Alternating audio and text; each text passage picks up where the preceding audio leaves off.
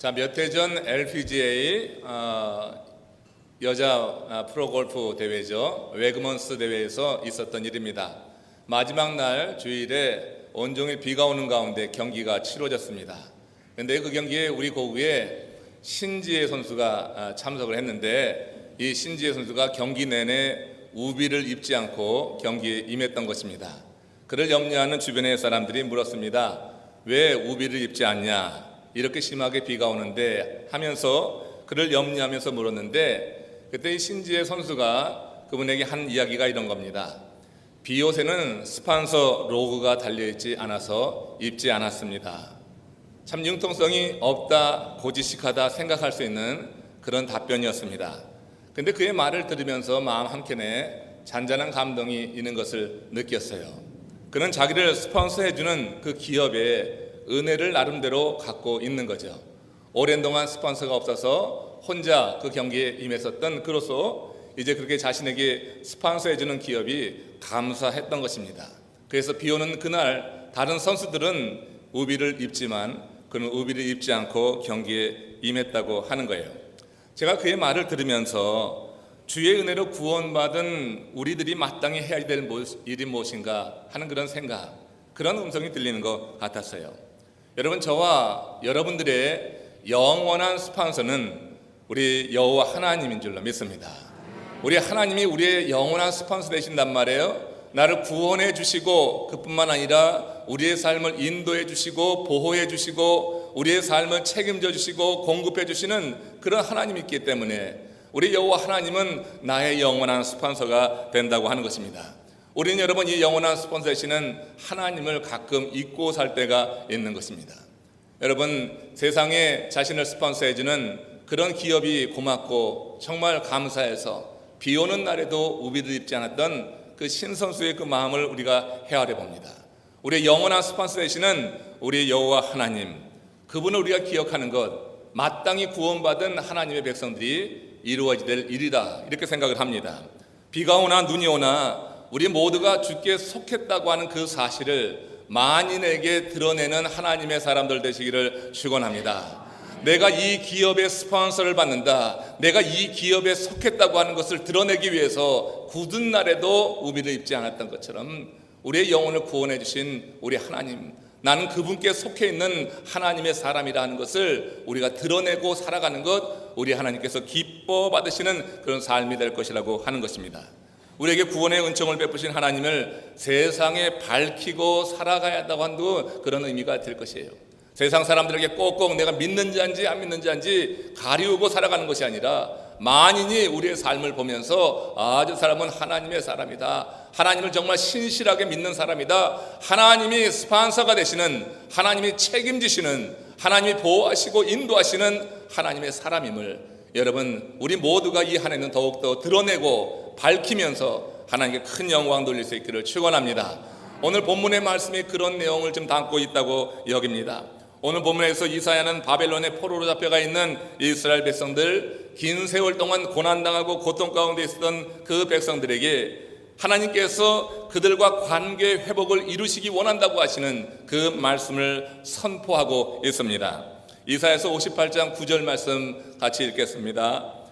내가 부를 때에는 나 여호와가 응답하겠고 내가 부르짖을 때에는 내가 여기 있다 하리라. 이스라엘 백성들은 하나님을 섬기지 않고 하나님을 믿는 것을 가리고 우상을 섬겼던 그런 과거 전력이 있었어요. 이런 일로 인해서 하나님은 그들을 심판하셨고 그들은 바벨론의 포로로 잡혀가서 고난당하고 있었던 것입니다. 그들에게 하나님께서 이제 회복의 기회를 주시는 것입니다. 그러면서 하시는 얘기가 그들에게 회개의 금식을 할 것을 선포하셨어요.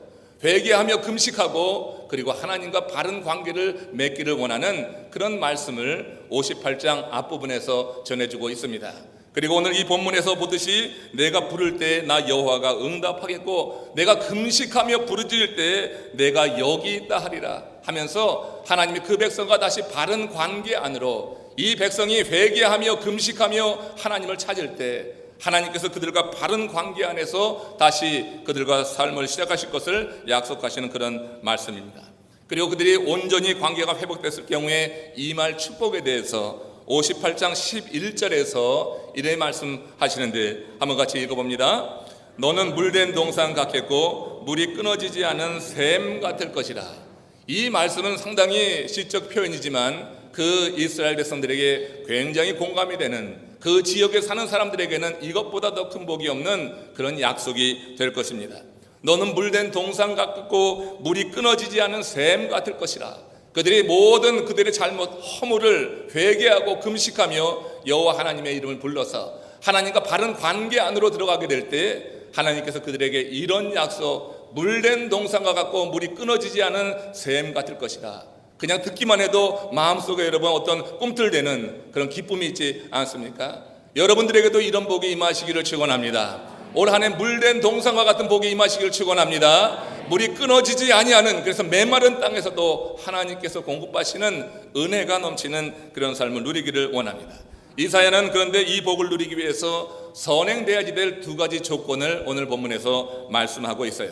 저는 그 선행되어야지 될 그 두 조건이 눈이 오나 비가 오나 한 선수가 자기를 스폰서해주는 그 기업의 로고를 드러내기 위해서 우비를 입지 않았던 것처럼 우리들의 삶 속에 우리가 드러내야지 될 삶의 표식이 돼야지 된다고 생각합니다.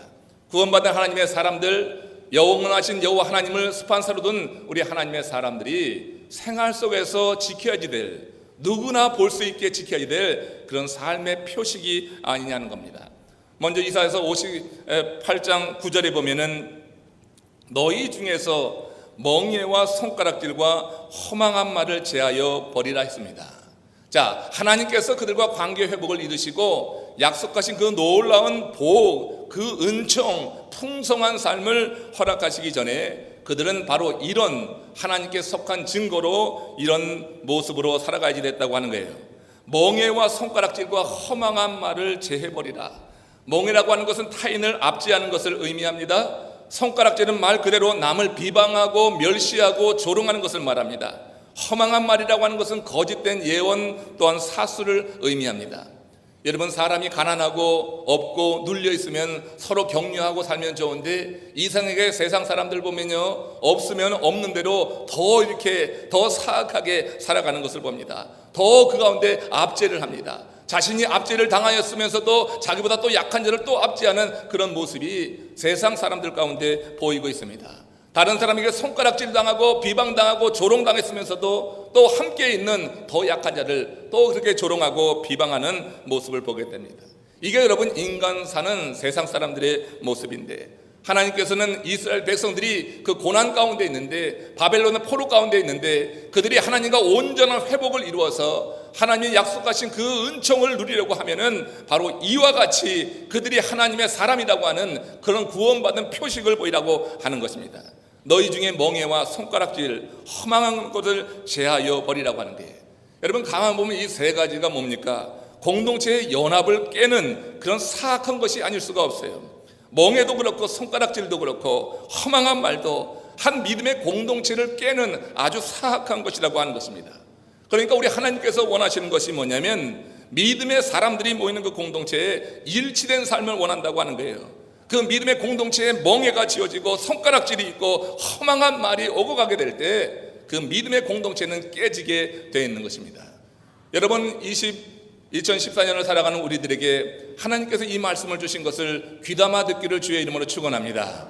우리 교회 공동체, 우리 믿음의 공동체에는 멍에가 없어야지 될 것입니다. 서로를 향한 손가락질이 없어야지 될 것입니다. 허망한 말을 내뱉고 책임 없는 그런 말을 해대는 그런 삶이 우리 가운데 보이지 않기를 원합니다. 하나님께서 원하시는 것은 공동체의 일치입니다. 공동체의 연합입니다. 그들이 우상을 섬기다가 바벨론의 포로로 갔는데 고난당하면서 그들은 서로 이렇게 공동체의 연합을 깨는 그런 모습을 보이고 있었던 것 같습니다. 그들에게 하나님께서 약속을 하십니다. 너희들이 금식하며 회개하고 나의 이름을 부르면 내가 여기 있다 하리라 하면서 그들과 회개, 그들과 연합하고 그들이 바른 관계 안에 들어가는 것을 약속하셨는데, 그 약속 이전에, 그리고 복을 주기 전에 바로 이런 모습, 그들이 하나님께 속한 자라고 하는 그런 구원받은 자의 그런 표식을 보이라고 하는 것입니다. 지금 이 바벨론 포로 가운데 있는 그들 나라를 찾기 원한다고 하면 먼저 하나님과 회복을 이루어야지 됐고, 그리고 어느 때보다 서로 용납하고 격려하고 힘을 모아야 했던 것입니다.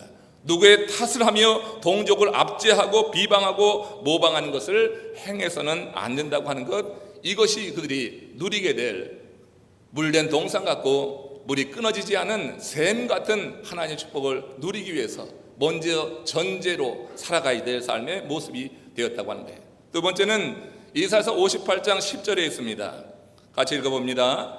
줄인 자에게 내 심정이 동하며 괴로워하는 자의 심정을 만족해 하면, 두 개가 같은 그런 조건이 되겠죠. 이 구절에 다 걸리게 됩니다. 너희 중에서 멍에와 손가락질과 허망한 말을 제하여 버리고, 그 다음에 줄인 자에게 내 심정이 동하며 괴로워하는 자의 심정을 만족해 하면, 앞부분이 어떤 소극적인 그런 명령이요 규제라고 하면은 뒷부분은 적극적으로 행하라고 하는 것입니다. 줄인 자에게 내 심정이 통하고 괴로워하는 자의 그 심정을 만족해 하라고 하는 것입니다. 그들이 가난한 자와 가난한 자들의 그 어려움, 그들이 처한 그런 상황을 이해하고 공감하고 실제적으로 그들에게 도움이 될 만한 일들을 해나가라고 말씀하고 있는 것이에요. 하나님과의 관계 회복을 이루고 약속된 복을 누리기 위해서 보다 적극적인 모습으로 그들에게 살라 이렇게 명령하고 있는 것입니다. 줄인 자에 대해서 심정이 동하는 것, 긍휼히 여기는 마음입니다. 그들의 사정을 이해하려고 하는 마음입니다. 단순히 이해하는 것뿐만 아니라 그들의 심정을 만족해 하는 것, 이것이 하나님이 베푸시는 놀라운 축복을 누리기 전에 우리들이 주님 앞에 보여야지 될 아름다운 삶의 모습이라고 하는 거예요. 우리 믿음의 공동체에 많은 분들이 정말 서로 격려하고 줄인 자의 심정을 통하며 사시는 분들이 제가 있는 것을 압니다. 제가 이름을 특별히 거론하지는 않겠지만 정말 얻고 힘든 이들의 사정을 헤아려서 그들의 심정을 만족해 하시는 분들이 계십니다. 하나님이 주신 은사로 그렇게 봉사하고 자기 자비 들여가면서 멀리 가서 그렇게 섬기는 분들이 많이 계십니다.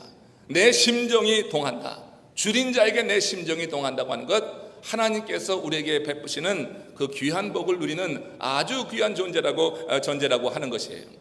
옛날에 한 시골 마을에 송찬봉이라고 하는 사람이 살고 있었습니다. 그가 집을 나서기만 하면 그 마을 사람들이 다 모입니다. 그리고 그에게 와서 허리를 굽혀 절을 하지 않는 사람이 없습니다. 그들은 모두 그 땅을 빌려서 농사를 짓고 있는 소장농들이었습니다. 마을 사람들은 그 앞에서 그를 늘 칭송을 합니다. 말로 그를 기쁘게 합니다. 송찬봉은 그 마을 사람들이 자기를 칭송하고 말로 기쁘게 하는 것을 즐깁니다.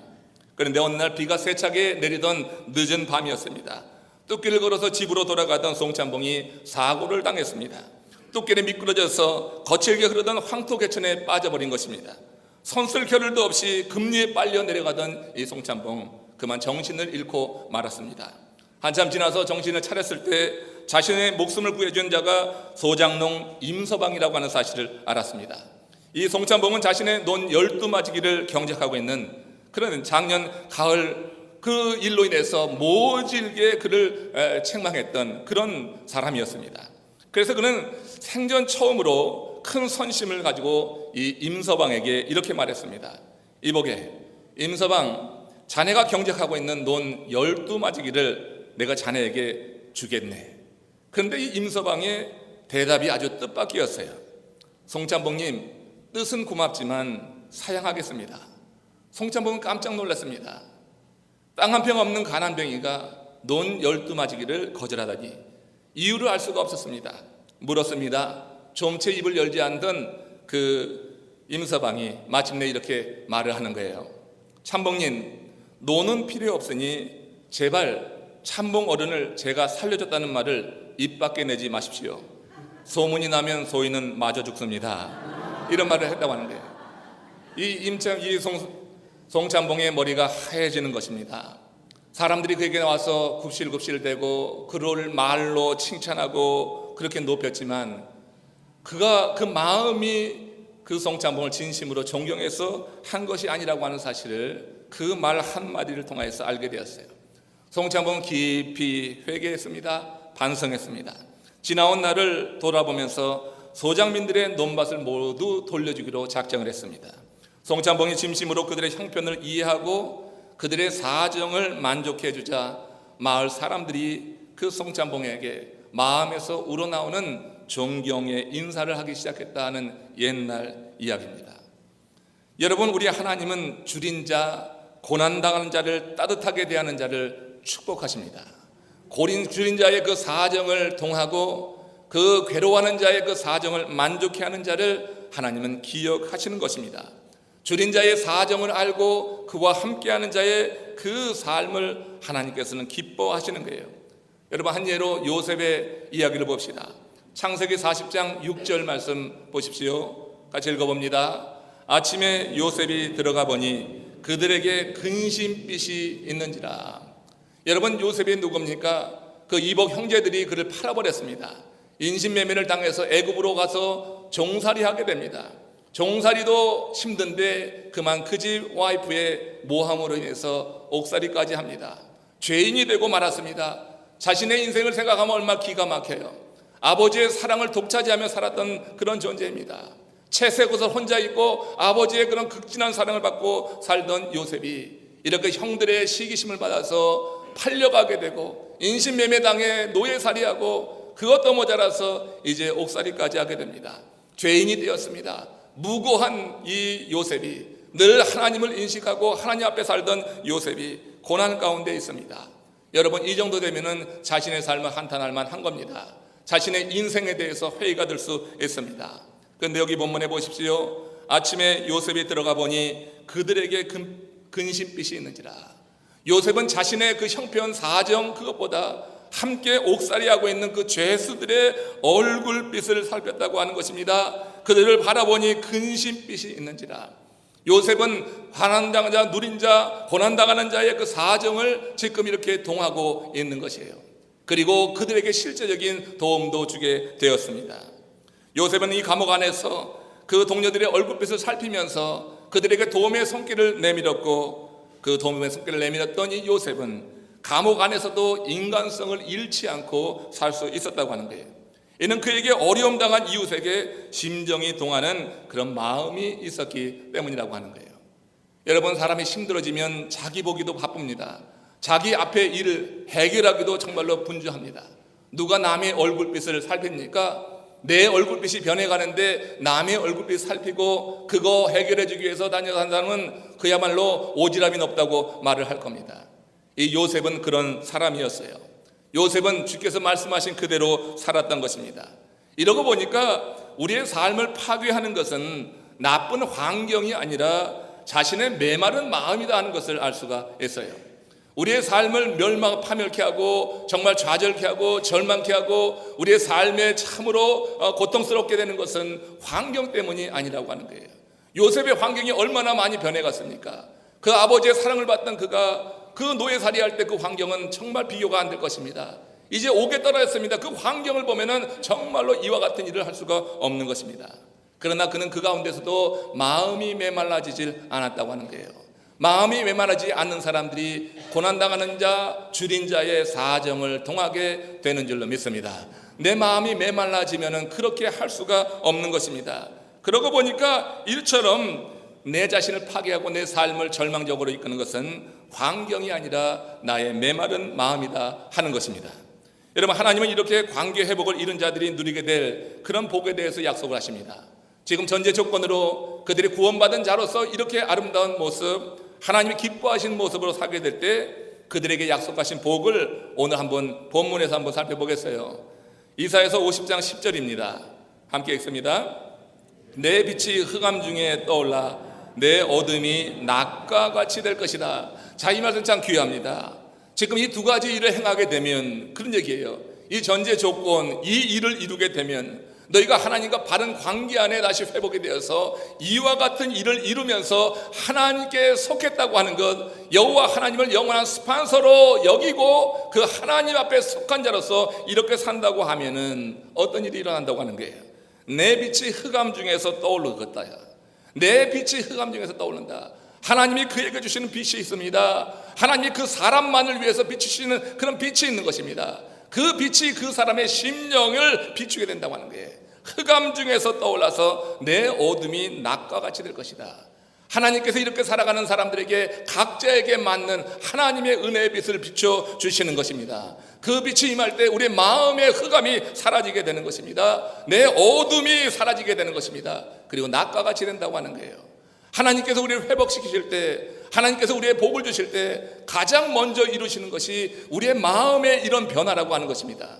내 마음이 어두움으로 가득 차 있는데 하나님이 비춰주시는 그 빛이 임하게 될 때 하나님의 뜻을 이루면서 하나님의 사람 앞으로 구원받은 자로서의 아름다운 삶을 살 때 우리 하나님은 내 빛이 흑암 중에 떠올라서 내 어둠이 낙과 같이 될 것이라고 하는 이 말씀처럼 우리의 심정, 우리의 마음을 먼저 밝혀주신다고 하는 거예요. 삶이 밝아지는 것입니다. 주 안에서 선을 행할 때 마음이 밝아지는 것은 당연한 일입니다. 마음이 밝아질 때 세상의 염려, 불안, 걱정, 근심의 두려움이 사라지게 되는 거예요. 삶의 소망이 일어나고 기대로 충만하게 된다고 하는 것입니다. 우리 마음에 기대가 없습니까? 소망이 없습니까? 마음이 흑암에 눌려 있는 것입니다. 내 마음이 뭔가 어두움에 눌려 있으면 소망이 없습니다. 기대가 일어나지 않습니다. 예배하는 우리들 마음 가운데도 이 흑암 가운데 눌려 있는 분들이 계실 수 있습니다. 그럼 예배를 통하여서 기대하는 게 없습니다. 기대하는 것이 없으니까 졸음이 오는 것입니다. 여러분, 우리가 하나님을 예배할 때 우리의 심령의 이 흑암이 사라지는 은혜를 경험하게 됨으로 인해서 우리 삶에 소망이 생기고 내 삶의 기대로 충만하게 되는 줄로 믿습니다. 하나님을 예배할 때 여러분 기대하는 마음이 없습니까? 하나님의 말씀이 내 심령을 치고 내 삶을 변화시킬 것에 대한 기대가 없습니까? 말씀이 내 속에서 역사하는 그런 기대가 일어나시기를 주의 이름으로 축원합니다. 주의 말씀대로 따라 살아가게 될 때 주님께서 우리의 빛을 흑암 가운데 떠오르게 해서 내 어둠이 사라지게 함으로 내 심령의 밝음을 허락해 주신다고 하는 거예요. 이것이 하나님과 관계 회복을 이룬 사람들이 누리게 되는 첫 번째 그런 축복된 복된 상태라고 하는 거예요. 하나님은 우리에게 복을 주실 때, 하나님께서 우리에게 응답하실 때 우리의 환경을 먼저 변화시키는 법이 없습니다. 하나님이 우리에게 주시는 복은 우리의 내면의 변화로부터 시작된다고 하는 것을 꼭 기억하시기를 바랍니다. 우리가 원하는 것은 환경이 좀 변했으면 좋겠어요. 당장 물질이 좀 왕창 들어왔으면 좋겠어요. 내가 직장에서 프로모션 진급했으면 좋겠어요. 사업의 지경이 빨리 넓혀졌으면 좋겠어요. 이것이 우리들이 원하는 거지만 하나님이 우리에게 응답하시는 것은 그렇게 응답하시는 것이 아니란 말이에요. 우리가 구원받은 자로서의 그 표식, 비가 오나 눈이 오나 모든 사람들에게 드러낼 그런 표식, 그런 삶을 살아가게 될 때 하나님께서 내 마음의 변화로부터 하나님의 응답을 주신다고 하는 거예요. 삶이 밝아지면서 삶의 소망이 일어나고 기대가 생기고 그러면서 점차적으로 내 주변의 환경이 바뀌고 하나님이 주신 구체적인 복을 우리가 붙잡게 되고 그 가운데 하나님께 큰 영광을 돌리게 되는 줄로 믿습니다. 다윗은 그런 상태를 시편 27편에서 이렇게 표현을 합니다. 함께 읽습니다. 내가 산자의 땅에 있으며 여호와의 은혜 볼 것을 믿었다. 하나님과 끊어져서, 관계가 끊어져서 완전히 따로 살아 그런 징계와 심판 가운데 있던 자들이 이제는 산자의 땅에 들어갑니다. 여러분, 우리는 지금 산자의 땅에 있는 것입니다. 왜? 하나님의 법이 통치하는 그런 삶을 사는 사람들은 산자의 땅에 있는 것입니다. 그러나 이 땅에 살아가는 수없이 많은 사람들이 있지만 하나님의 법 안에 있지 않는 사람들은 다 죽은 자가 되는 것입니다. 하나님과 바른 관계에 들어가는 사람들은 다 하나님의 법, 하나님의 그 통치 가운데 있게 되는 거예요. 하나님의 통치 가운데 있는 자는 산자가 되는 것입니다. 여러분, 산자는 아멘 하십시오. 우리는 산자가 되어야지 됩니다. 우리가 여러분 세상에 수없이 많은 사람들이 세상적으로 삐까번쩍하게 잘 사는 것 같고 잘 청통하게 나가는 것 같지만 그들이 산자가 아닐 수가 있다고 하는 거예요. 하나님의 법에 통치를 받지 않고 하나님을 예배하지 않고 우리가 살면서 산자라고 말할 수가 없는 것이에요. 하나님을 예배하는 것이 무엇보다 우선되어야 된다고 하는 것을 제가 연일 강조하고 있습니다. 주일 빼먹지 마십시오. 하나님을 예배하는 것을 삶의 우선순위로 여기십시오. 하나님께서 물된 동산으로 물이 끊어지지 않는 샘으로 여러분들을 축복하시기를 원하시는데 우리가 여러분 하나님 앞에 바른 관계를 갖고 살아가야 될 거예요. 하나님의 통치 안에 있는 사람이 산자라고 하는 거예요. 세상에 그 어떤 것도 하나님의 통치 안에 있는 것보다 귀한 것은 없는 것입니다. 하나님의 통치를 받으며 하나님을 예배하는 하나님의 사람들에게 하나님께서 약속하신 복이 임하게 된다고 하는 거예요. 내 빛이 흑암 중에 떠올라서 내 어둠이 낮과 같이 될 것이라. 하나님께서 우리에게 복을 주실 때 무엇보다 먼저 우리의 내면에 이런 변화, 어둠을 물리쳐 주시는 하나님의 통치 그 법 가운데 들어감으로 말미암아서 하나님이 다스리시는 그런 삶으로 먼저 우리를 이끌어 주신다고 하는 거예요. 그 이후에 이사야서 58장 11절에 보는 것처럼 이제 구체적으로 느낄 수 있는 이런 축복을 허락해 주시는 것입니다. 같이 읽겠습니다.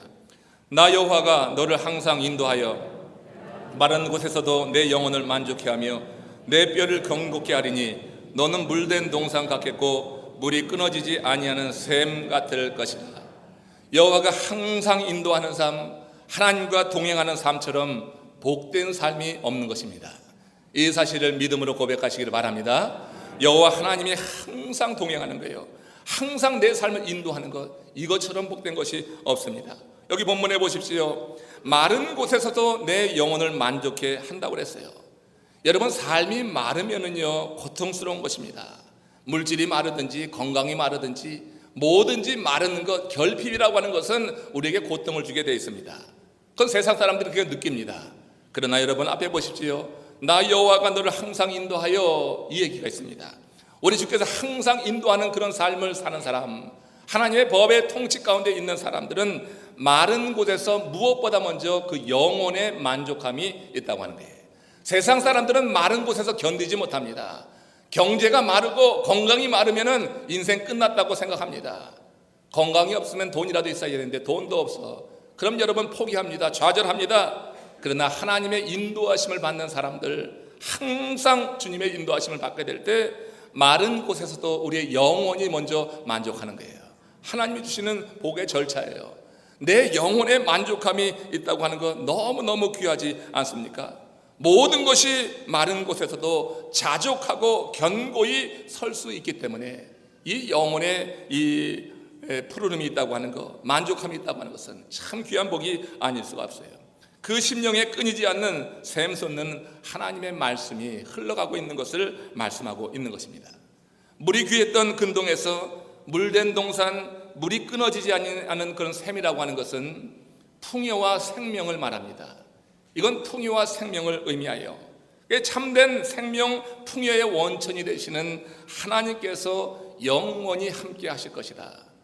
물의 개념, 물의 이미지처럼 실제로 우리의 가란 것이 풀려지는 실제적인 복도 함께 주신다고 하는 약속이 될 거예요. 그래서 물된 동산이라고 하는 것은 그야말로 복 중에 복이요, 이 가란 광야 같은 인생을 살아가는 우리들이 실제로 경험할 수 있는 하나님이 베푸시는 은혜라고 하는 것입니다. 예레미야도 같은 관점에서 하나님과 관계 회복을 이룬 사람들이 누리는 복을 이렇게 표현을 했어요. 예레미야서 31장 11절에서 12절 말씀 같이 읽습니다. 여호와께서 야곱을 속량하시되 그들보다 강한 자의 손에서 구속하셨으니 그 심령은 물된 동산 같겠고 다시는 근심이 없으리로다.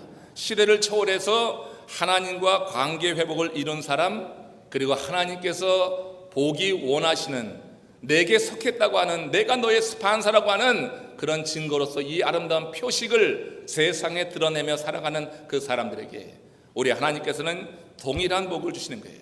시대를 초월해서 물된 동산의 복을 주시는 것입니다. 하나님께서 우리에게 주시는 아주 아름다운 복이고, 이런 복을 누리는 사람들의 삶은 절대로 삭막해지지 않을 것입니다. 세상에 많은 사람들이 얼마나 삶이 삭막해지고 있는지 모릅니다. 지금 여러분들의 심령은 어떤 상태에 있습니까? 물된 동산 같습니까? 황폐하고 거친 들 같습니까? 여러분 자신을 한번 들여다 보십시오. 여러분의 가정은 과연 어떤 것 같아요? 물된 동산같이 여러분들의 가족들이 그렇게 평안하게 그 가운데 영혼의 만족을 느끼며 살아가고 있습니까? 삭막하고 메마른 광야 같습니까? 가족들이 집에 들어와서 편안한 쉼을 얻지 못하고 불안해합니까?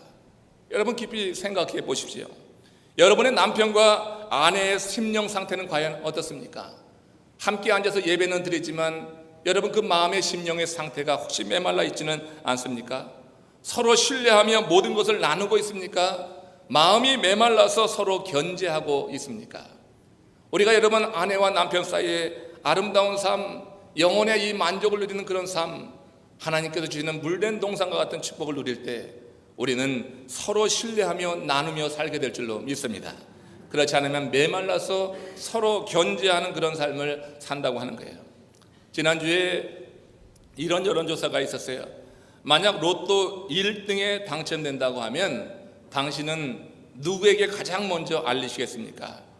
제가 그게 늘 궁금했어요. 저도 참 궁금했던 일인데, 이 궁금했던 일에 대해서 여론조사를 했는데 그 조사 결과가 좀 씁쓸하죠. 로또 1등 당첨자 3명 중에 1명은 당첨 사실을 배우자에게 숨기겠다, 그렇게 말했습니다. 당첨 사실 얼마나 기쁜 일인데, 정말로 기쁘고 복된 일인데 그걸 배우자에게 숨기겠다. 마음이 메말라 서로 견제하는 겁니다. 서로에게 신뢰감이 없습니다. 그 심령이 물된 동산이 아니라 그야말로 물이 완전히 빠져버린 메마른 저수지와 같습니다. 사랑하는 성도 여러분들, 우리의 심령이 물된 동산과 같은 복을 누리는 것, 하나님께서 원하시는 것입니다. 하나님께서 베푸시길 원하시는 큰 복인 줄로 믿습니다. 여러분, 이런 복을 누리시길 바랍니다. 로또에 당첨되면 누구보다 아내에게 알리시기 바랍니다. 로또에 당첨되면 누구보다 남편에게 알리시기 바랍니다. 와, 아내에게 알리라는 말에는 아멘이 큰데 남편에게 알리라는 말에는 이렇게 아멘이 없어요. 남편에게도 알리시기 바랍니다. 여러분, 정말 아내와 남편 사이에 하나님이 베푸신 물된 동산, 그 축복을 있어서 내 마음이 푸르르고 내 마음에 영혼의 만족함이 있어서, 영혼의 만족함이 있기 때문에 이 물질은 그 외예요. 영혼의 만족함이 있을 때 물질을 다스리게 되는 거예요. 물질을 다스리지 못하고 물질에 쫓겨가게 될 때 우리는 이런 일들을 겪게 된다고 하는 거예요. 같은 공간에 거주하지만 그런데 딴 삶을 살게 되는 것입니다. 성지에 가면은 광야가 많습니다. 그런데 물이라고는 눈을 씻고 찾아봐도 찾아볼 수 없는 그런 곳에 흔히 볼 수 있는 식물이 있습니다. 그게 가시떨기입니다. 이 가시는 원래 잎사귀였다고 해요. 제가 가시떨기 가까이 가서 만져보고 깜짝 놀랐습니다. 얼마나 날카로운지 몰랍니다. 얼마나 단단하고 아주 날이 서고 한번 찔리면 그냥 피가 나는 거예요. 예수님의 그 이마에 둘렸던 가시면류관, 한번 눌러놓으면 피가 흐를 수밖에 없는 그런 날카로운 것입니다. 이 가시떨기도 원래는 잎사귀였다고 하는 거예요. 넓은 잎사귀였다고 하는 거예요. 그런데 오랜 가뭄, 그런 태양볕에서 견뎌내는 과정을 지나면서 그 잎사귀가 가시로 변해갔다고 하는 것입니다. 뜨거움에 잎사귀를 넓게 펴면은 그 빛을 다 받으니까 줄이고 하다가 결국 그 잎사귀가 가시로 변해갔다고 하는 거예요. 원래 넓은 잎사귀로 그늘을 드리워 주었을 것들이 물이 마르는 환경의 변화로 가시가 되는 거예요. 우리 삶에 물이 마르면은 우리의 모습이 가시처럼 변하는 거예요. 여러분들이 하나님이 베푸시는 물된 동산의 복을 누리지 못하면, 영혼의 만족함이 없으면 여러분들 별 수 없어요. 가시처럼 변해가게 되는 거예요. 찌르는 거예요. 사람을 찌르는 거예요. 이처럼 사람의 심령에 은혜가 흐르면 그의 말과 행동은 다른 사람을 품고 쉬게 하는 그늘처럼 풍성하게지지만, 심령이 메말라지게 되면은, 삭막하게 되면 입에서 나오는 말과 행동이 가시처럼 아주 섬뜩해진다고 하는 것입니다. 타인을 압제하고 남을 비방하고 멸시하고 거짓된 예언과 사수를 하고 영혼이 메마른 그런 삶 속에게 나타나는 그런 아주 전형적인 모습이 된다고 하는 거예요. 여러분, 심령에 하나님이 베푸시는 물된 동산에 복이 임하시길 다시 한번 축원합니다. 우리가 여러분 하나님과 온전한 바른 관계에 들어가고 하나님께서 우리에게 말씀하시는 그 두 가지 구원받은 자의 표식, 하나님을 영원한 스판사로 둔 우리들이 비가 오나 눈이 오나 우리가 세상에 드러내야지 되는 그런 아름다운 삶의 모습으로 우리가 살게 될 때, 우리는 하나님이 약속하신 그 물된 동산의 복을 오늘도 누리며 살아가게 될 줄로 믿습니다. 물이 끊어지지 않는 그런 풍성한 복이 우리 가운데 임하겠다고 하는 거예요. 우리 마음에 동산에 물이 흘러야 된다고 하는데 이게 무슨 말인가? 이건 주님을 모시고 사는 삶입니다. 혹은 진리의 복음을 마음에 품고 살아가는 것이 바로 우리 심령에 물이 흐른다, 동산에, 마음의 동산에 물이 흐른다고 하는 그런 의미가 되는 겁니다. 요한복음 4장 14절 말씀 함께 읽겠습니다. 내가 주는 물을 마시는 자는 영원히 마시지 아니하리니 나의 주는 물은 그 속에서 영생토록 솟아나는 샘물이 되리라. 요한복음에 보면 예수님께서 당신을 가리켜서 생수라고 말씀하셨어요. 생수라고 말씀하셨어요. 그래서 하나님께서 우리에게 물된 동산의 복을 주신다고 하는 것은, 내 심령의 마음에 물이 끊어지지 않는다고 하는 것은 예수 그리스도를 모시고 살아가는 삶이 되면 되는 것이에요. 예수 그리스도를 모시고 살아가는 삶이 될 때 지금 말씀하신 이대로 영생토록 솟아가는 그런 샘물이 우리 속에 있어서 물이 끊어지지 않는 샘이 될 것이라고 하는 그 축복의 말씀이 우리 삶 속에 현실로 경험되게 될 줄로 믿습니다. 그래야 때 전에는 심령이 삭막해서 가시 같다, 또 날카로운 말, 험악한 말, 무서운 말로 위협하고 상처를 주던 사람들이 이제는 너그러운 말, 치유하는 말, 격려하는 말로 상대를 세우게 된다고 하는 거예요. 말의 향기로운 열매가 맺혀지게 된다 하는 것입니다. 이렇게 우리가 하나님과 관계를 회복해서 심령의 물된 동산과 같을 때 우리의 삶은 밝고 아름다운 삶으로 변화하게 될 것이다 하는 것입니다. 오늘 여러분 주신 말씀 참으로 귀하지 않습니까? 여러분들이 매 순간 매일의 삶 속에서 구원받은 자의 그 아름다운 모습을 우리가 살아드림으로 인해서 하나님께서 우리에게 약속하신 이 복을 주지 않고는 견딜 수 없는, 하나님이 그저 넉넉하게 부어주시는 그런 은혜가 저와 여러분들의 삶에 임할 수 있기를 주의 이름으로 축원합니다. 예수 그리스도의 그 임재, 그리고 그분의 말씀이 삶 속에서 그대로 살아들여지는 이런 아름다운 삶 속에서 물된 동산의 축복을 우리 모두 누리는 이 한 해 되시기를 주님의 이름으로 축원합니다.